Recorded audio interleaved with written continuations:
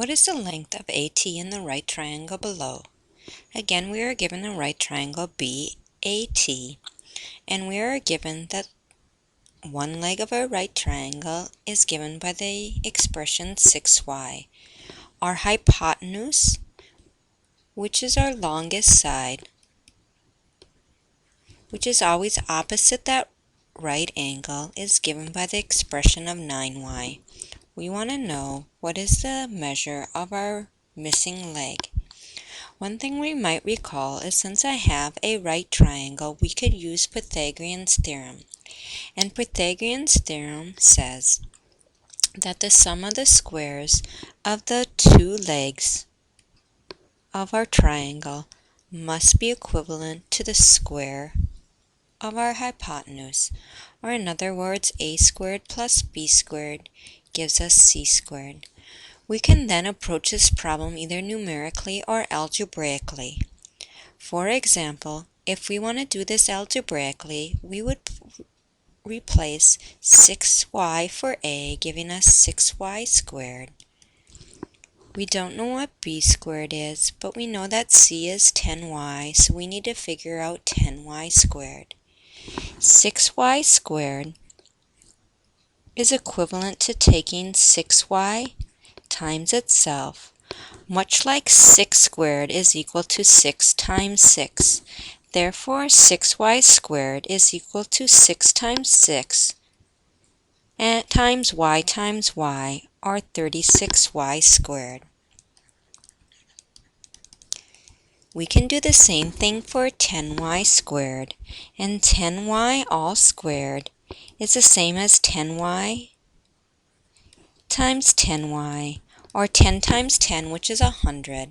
So it's 100y squared.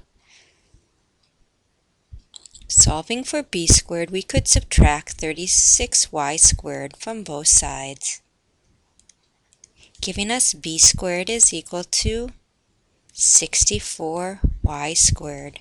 We will notice that both 64 and y are perfect squared, or y squared is a perfect squared and 64 is. Therefore, we could find b algebraically by taking the square root of both sides, giving us b is equivalent to,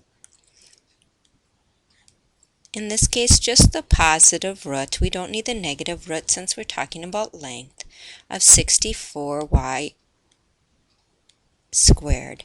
This would be equivalent to the square root of 64, which is 8, times the square root of y squared, which is y, giving us a value of b of 8y. Again, another way we can investigate this problem is numerically.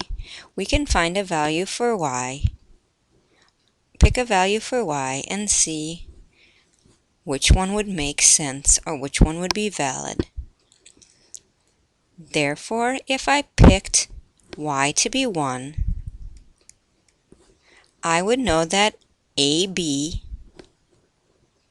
would have a length of 6, BT would have a length of 10. Therefore, I would have that 6 squared, or a squared, plus b squared gives us c squared, or 10 squared.